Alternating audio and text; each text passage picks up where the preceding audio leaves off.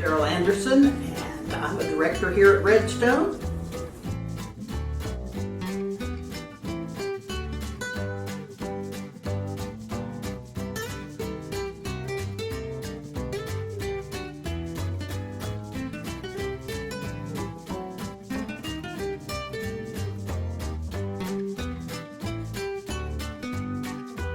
First thing they're going to ask for is a schedule of all the price proposals that were submitted to the government, probably in the last 12 months. They may vary that time frame a little bit, but probably for the last 12 months.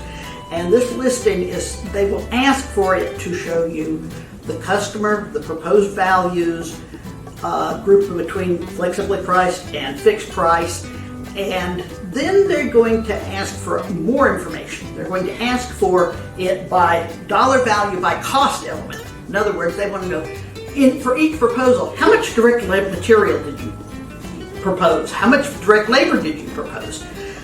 And then they also want that, they want you to indicate any cost estimating relationships that any of them you use cost estimating relationships in, and any place that you used standard costs. Now, I've been in this business for almost 40 years, and I've never seen anybody submit all that stuff.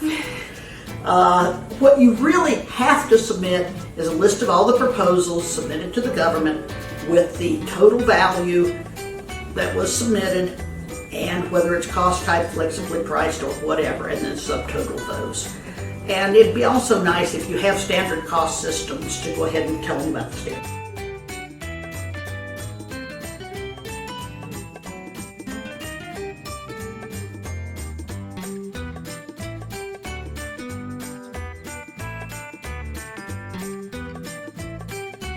No, this is a list, exactly what it said, of all contracts that were submitted to the government, not just DOD, and also not just ones that that resulted in a contract. It's for anything, because what they're looking for is to see what your estimating system processes, if they're consistent, if they result in a good proposal. They don't really care whether or not it resulted in a contract.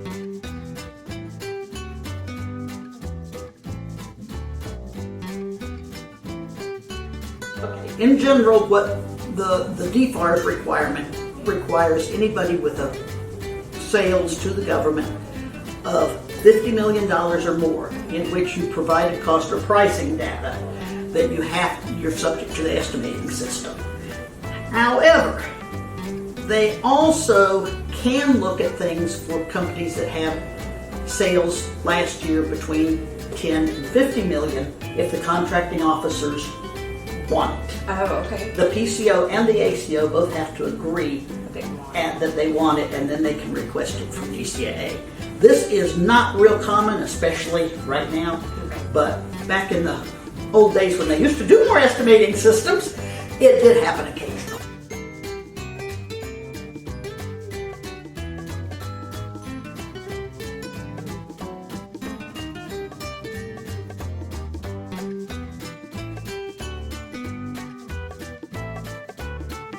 Okay, I've seen companies be non-compliant with almost any of them, beginning with, do you have a written document that says this is how you estimate your proposals? Okay. And that's the 17th one that basically says you have to have adequate document system description.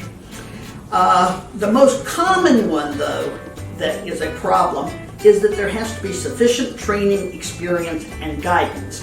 And the problem with that one is that DCAA interprets that to mean that you have to have a training plan, you have to document where everybody was trained, when they were trained, what the subject was, how many hours, the whole 9 yards. And also, to document that you had adequate guidance. Anytime you're given guidance, you're supposed to make sure that you document that you were given guidance. Now, most companies have a lot of on-the-job training, and the on-the-job training isn't how do you document that you're doing on-the-job training. You don't usually. So you really need to have some kind of a written requirement for some formal training, and it may be minimal, it may be just once a year you have to read the estimating system manual or something like that. So that's one of the things. And then you need to have some kind of documentation when guidance is given. And so that one's a real problem. Another problem area is internal audits. Everybody just loves to give DCAA their internal audits. Well, first you got to have an internal audit to give them. That's the first question, first problem. A lot of the companies that we deal with are the ones that are just getting into estimating system audits, and they're small enough that they really don't have a big internal audit department. And so that one's, how do you have an internal audit if you don't have an internal audit department? Well, that's where Redstone can help you. Yes.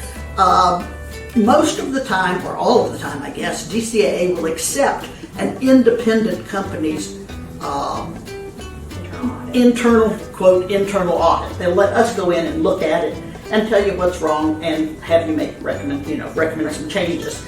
And they'll consider that an internal audit because they understand that not everybody has it. The capability to have an internal audit. And the point of having an internal audit is to have somebody independent of the estimating department review the estimating department. And so most of the time, smaller companies are not going to have people that are knowledgeable enough to perform that function. And to provide an objective view. Right.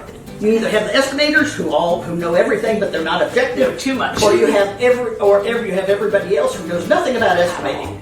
So you call us. Yeah.